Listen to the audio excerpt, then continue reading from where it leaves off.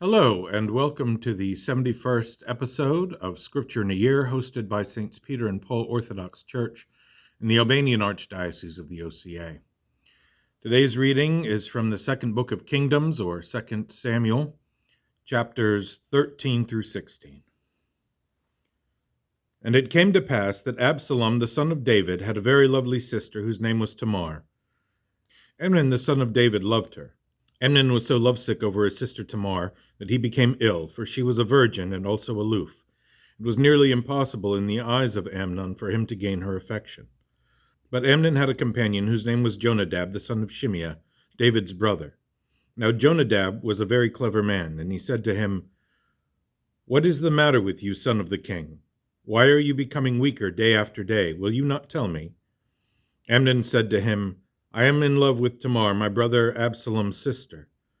So Jonadab said to him, "Lie down on your bed and pretend to be ill, and when your father comes to see you, say to him, 'Please let my sister Tamar come and give me food, and prepare the food in my sight, so that I may see it and eat it from her hand.'"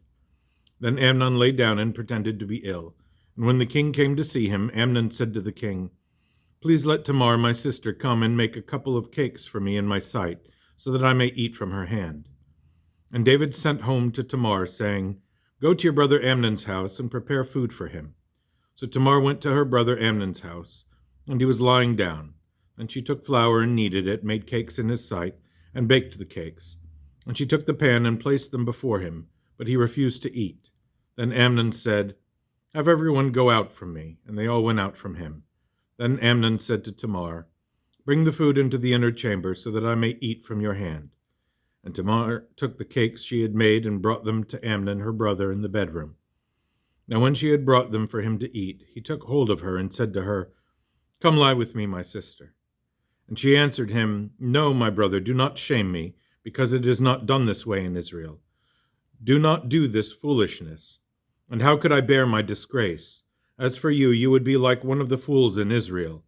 Now, therefore, please speak to the king, for he will not withhold me from you." However, Amnon would not heed her voice, and since he was stronger than she, he violated her and lay with her. Then Amnon hated her exceedingly, so much so that the intense hatred he bore against her was greater than the love with which he had first loved her. And Amnon said to her, "Get up and get out." But Tamar said to him, "No, my brother, because the hateful malice in your casting me out is far worse than the first thing you did to me." But Amnon would not listen to her. Then he called the servant he had put in charge of his house and said, "Here, take her away from me and bolt the door behind her." At the time she wore a robe that reached to her wrists, for the daughters of the king who were virgins wore such apparel. And the servant put her out and bolted the door behind her. Then Tamar put ashes on her head. She tore the special robe she was wearing, and then laid her hands on her head and went on her way, crying bitterly. And Absalom her brother said to her, "Has Amnon your brother been with you? Now then, my sister, keep quiet, because he is your brother. Do not put it into your heart to speak about this." So Tamar lived her life as a widow in her brother Absalom's house. But when King David heard all these things, he was very angry. But he did not grieve the spirit of his son Amnon, because he loved him, for he was his firstborn. However, Absalom said nothing to his brother Amnon, neither good nor bad, for Absalom hated Amnon, because he had violated his sister Tamar. It came about after 2 years passed by, to the day, they were shearing sheep for Absalom and Baal Hazor near Ephraim. Absalom invited all the king's sons. Then Absalom came to the king and said, "See, your servant has sheep shearers. Let the king and his servants go with your servant." But the king said to Absalom, "No, my son, let us not all go at once and become burdensome to you." Absalom persisted, but he would not go. Instead, he blessed him. Then Absalom said, "Well then, please let my brother Amnon go with us." And the king said to him, "Why should he go with you?" But Absalom persisted, so the king sent Amnon and all his sons with him. Absalom made a banquet, like the banquet of the king. Now Absalom had commanded his servants, saying, "Take notice when Amnon's heart is merry with wine, and when I say to you, 'Strike Amnon and kill him,' do not be afraid in any way, because I will give the command to you. Be courageous and valiant." So the servants of Absalom did to Amnon as Absalom had commanded. Then all the king's sons jumped up, and each mounted his mule and fled. While they were yet on the way, news came to David, saying, Absalom has killed all the king's sons. Not one of them is left. So the king arose and tore his garments and lay on the ground, and all his servants stood by with their clothes torn. Then Jonadab, the son of Shimeah, David's brother, spoke up and said, Let not my lord the king suppose the servants killed all the young men, the king's sons, for only Amnon is dead. For by the command of Absalom this has been determined from the day Amnon violated his sister Tamar. Now therefore let my lord the king not take the thing to heart, thinking that all the king's sons are dead. Only Amnon is dead. Then Absalom escaped. And the servant keeping watch looked up and saw many people coming down the road from the mountainside behind him. The watchman came and told the king and said, I saw men on the road of Oronan coming from the direction of the mountain. And Jonadab said to the king, Look, the king's sons are coming. It is as your servant said. As he finished speaking, the king's sons arrived and wept aloud, and the king and all his servants wept very bitterly. But Absalom escaped and went to Talmai, the son of Ammihud, the king of Geshur, in the land of Makad. King David mourned for his son every day. So Absalom fled and escaped to Geshur. He stayed there 3 years, and the motivation of the king to seek out Absalom ceased, for he was consoled and at peace concerning the death of Amnon. Joab, the son of Zeruiah, perceived that the king's heart was inclined toward Absalom. So Joab sent to Tekoa and took from there a wise woman. He said to her, Now mourn and put on apparel for mourning. Do not anoint yourself with olive oil, and be like a woman who is mourning for the dead a long time. Then go to the king and repeat the words I give you. So Joab put the words in her mouth. And as the woman of Tekoa spoke to the king, she put her face to the ground and prostrated herself and said, Help me, O king, help me. Then the king said to her, What troubles you? And she answered, Indeed, I am a widow. My husband is dead. Now your handmaid has 2 sons, and the 2 fought with each other in the field, and there was no one to part them. But the one struck his brother and killed him. And now the whole family has risen up against your handmaid and said, Deliver him who struck his brother, so we may execute him for the life of his brother, whom he killed. We will destroy your heir as well. So they will extinguish my ember that is left, and leave neither name nor remnant on the earth to my husband. Then the king said, Go in peace to your house, and I will give orders concerning you. And the woman of Tekoa said to the king, My lord king, let the inquiry be on me and on my father's house. Let the king and his throne be guiltless. So the king said, Who is this to you? Bring him to me, and he will no longer have influence over you. Then she said, Indeed, remember, O king, let the Lord God prevail, lest the blood of my kinsmen be utterly destroyed. Let not one of them by any means take away my son. And he said, As the Lord lives, not one hair of your son shall fall to the ground. Therefore the woman said, May your handmaid speak another word to my lord the king. And he said, Speak. So the woman responded, Why do you sometimes consider such a thing against the people of God? Truly, this message comes from the mouth of the king as an error, for the king does not bring back his son from being banished. For as we will surely die and be spilled on the ground like water that cannot be gathered together on its own, so too God shall take away life, even as he is taking into account the ones being banished from him. Now I come to speak this message to my lord the king, so the people may see me and say, Your handmaiden indeed spoke to the king, if somehow the king will fulfill the request of his handmaid. For the king will hear and deliver his handmaid from the hand of the man who seeks to cast me and my son from the inheritance of God. And the woman said, May the word of my lord the king be as an offering, for as an angel of the Lord, thus does my lord and king hear the good and the evil. And the Lord your God will be with you. And the king answered and said to the woman, Hide nothing from me that I ask of you. And the woman said, Let my lord the king speak. So the king said, Is not the hand of Joab in all this with you? And the woman said to the king, O my lord the king, as your soul lives, there is no turning to the right hand or to the left from any of the words my lord the king speaks. Your servant Joab commanded me, putting all these words in the mouth of your handmaid. Your servant Joab did this to bring about this change of affairs. But my lord is wise according to the wisdom of an angel of God, and knows everything on the earth. And the king said to Joab, All right, I have done this request of yours for you. Go and bring back the young man Absalom. Then Joab fell to the ground on his face and bowed himself and blessed the king. And Joab said, Today your servant knows that I have found favor in your sight, my lord king, because the king has fulfilled his servant's request. So Joab arose and went to Geshur and brought Absalom to Jerusalem. And the king said, Let him return to his own house, but do not let him see my face. So Absalom returned to his own house, but did not see the king's face. Now in all Israel there was no one praised as much as Absalom. From the sole of his foot to the crown of his head there was no blemish in him. And when he cut the hair of his head, at the beginning of every year he cut it, because it was heavy on him. He weighed the hair of his head at 200 shekels, according to the king's standard. To Absalom were born 3 sons and 1 daughter, whose name was Tamar. She was a woman of beautiful appearance, and she became the wife of Rehoboam, the son of Solomon, and she bore to him Abijah. Absalom dwelt for 2 full years in Jerusalem, but did not see the king's face. Therefore Absalom requested that Joab send him to the king, but he would not come to him. And when he sent again the second time, he would not come. So Absalom said to his servants, See, a portion of Joab's field is near mine. See, a portion of Joab's field is near mine, and he has barley there. Go and set it on fire. So Absalom's servants set it on fire.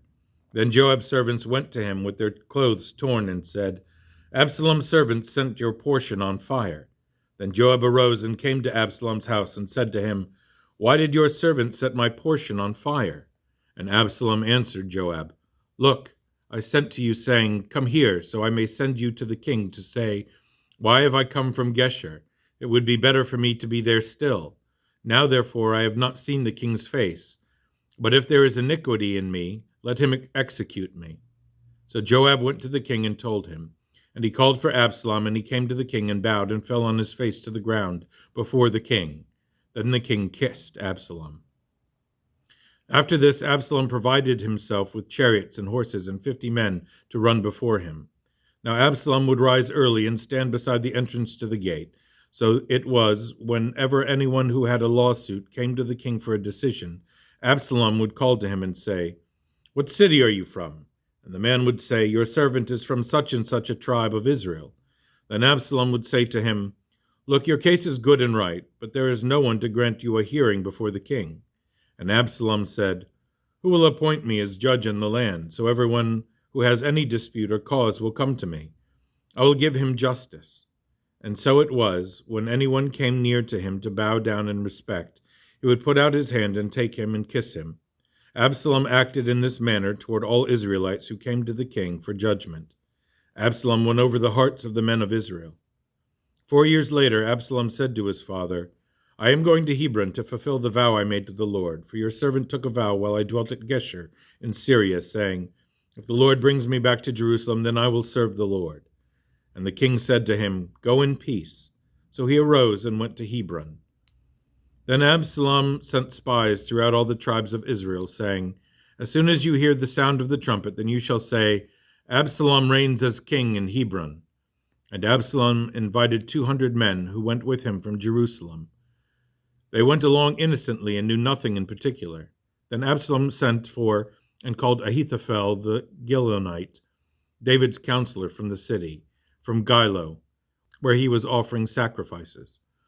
And the conspiracy grew strong, for there were many people who went with Absalom. Now a messenger came to David, saying, The hearts of the men of Israel are following Absalom. So David said to all his servants who were with him at Jerusalem, Arise and let us flee. There is no refuge for us before Absalom. Make haste to depart, so he does not drive us out and bring disaster upon us and strike the city with the edge of the sword. And the king's servants said to the king, We are your servants, ready to do whatever our lord the king commands. And the king went out on foot with all his household, but the king left 10 women of his concubines to guard the house. And the king went out with all his people on foot and lodged in a distant house. Then all his servants passed before him, even the Cherethites and the Pelethites, and they stayed among the olive trees in the desert. All the people walked near him with his court, all the strong men and all the 600 men of the army present by his side. And the Cherethites and all the Pelethites and all the Gathites totaled 600 men who followed him from Gath, on foot, who went ahead of the king. Then the king said to Ittai the Gathite, "Why do you also travel with us? Return and remain with the king. For you are a foreigner and an exile from your own place. In fact, you came only yesterday. Should I move you with us and cause you to flee from your place? You left yesterday. Shall I make you sojourn with us today as well? For indeed I will go wherever I wish to go. So return and take your brethren back with you. May the Lord treat you with mercy and truth." And Ittai answered the king and said, "As the Lord lives and as my lord the king lives, wherever my lord the king goes, to death or to life, your servant will be there as well." So the king said to Ittai, "Go and cross over with me." Then Ittai the Gathite and all his men and all the crowd who were with him crossed over. And all the country wept with a loud voice, and all the people crossed over the brook Kidron. The king himself crossed over the brook Kidron, and all the people crossed over toward the way of the desert. And there was Zadok and all the Levites with him, bearing the ark of the covenant of the Lord from Bethor. And they set down the ark of God, and Abiathar went up until all the people finished crossing over from the city. Then the king said to Zadok, "Carry the ark of God back into the city. If I find favor in the eyes of the Lord, he will bring me back and show me both it and its majesty. But if he says thus, 'I have no delight in you,' behold, here I am. Let him do to me as seems good to him." The king also said to Zadok the priest, "Look, return to the city in peace along with your 2 sons, Ahimaaz your son, and Jonathan the son of Abiathar. Take notice, I will continue to wait in Araboth, in the plains of the desert, until word comes from you to let me know." Therefore Zadok and Abiathar carried the ark back to Jerusalem, and they remained there. So David went up by the ascent of the Mount of Olives, and wept as he went up. His head was covered, and he went up barefoot. And of the people with him, each of the men covered his head and went up weeping as they went. Then someone told David, saying, "Ahithophel is among the conspirators with Absalom." And David said, "Lord my God, defeat the counsel of Ahithophel." Now it happened, when David came up to the top of the mountain, where he worshipped God, Hushai the Archite, David's companion, was coming to meet him with his robe torn and dust on his head. David said to him, "If you go on with me, then you will become a burden to me. But if you return to the city and say to Absalom, 'Your brothers crossed over, and the king your father crossed over behind me. Now I am your servant, O king. Let me live as I was previously the servant of your father. So I will now be your servant.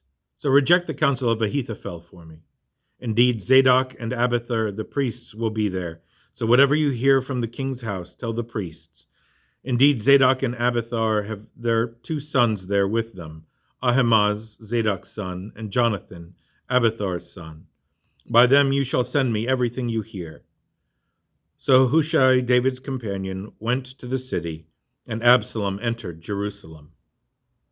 When David was a little past the top of the mountain, there was Ziba, the servant of Mephibosheth, who met him with a couple of saddled donkeys. And on them were 200 loaves of bread, 100 clusters of raisins, 100 dates, and a skin of wine. And the king said to Ziba, "Why do you have these?" So Ziba said, "The donkeys are for the king's household to ride on, the bread and the dates for the young men to eat, the wine for those who are faint in the desert from lack of drink." Then the king said, "And where is your master's son?" And Ziba said to the king, "He is staying in Jerusalem, for he said, 'Today the house of Israel will restore my father's kingdom to me.'"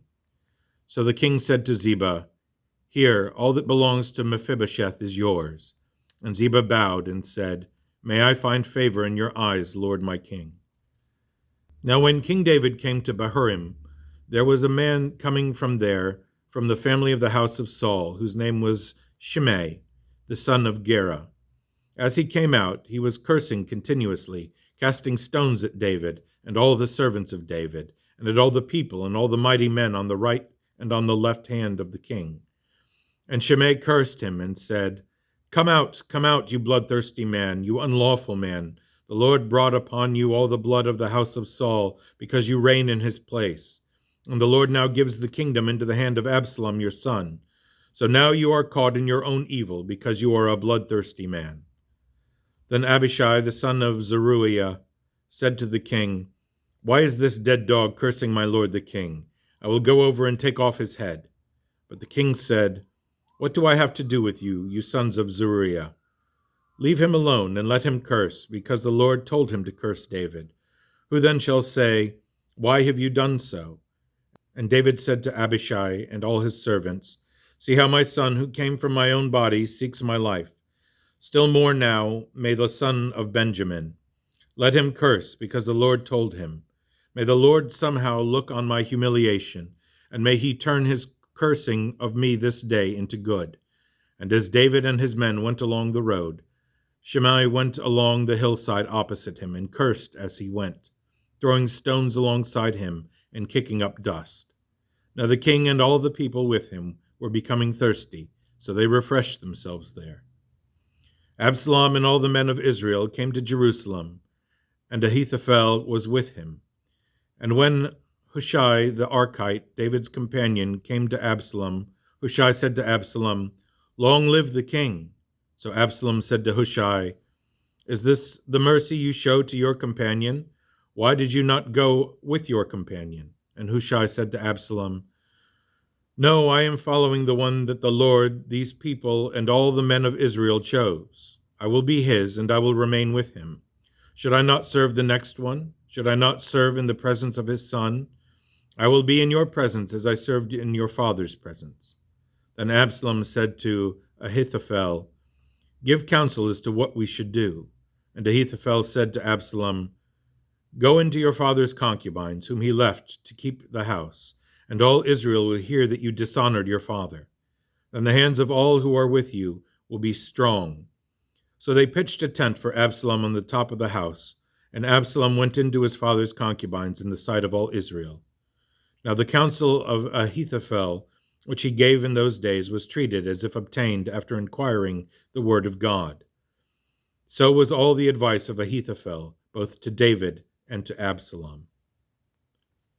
Here ends the reading for today.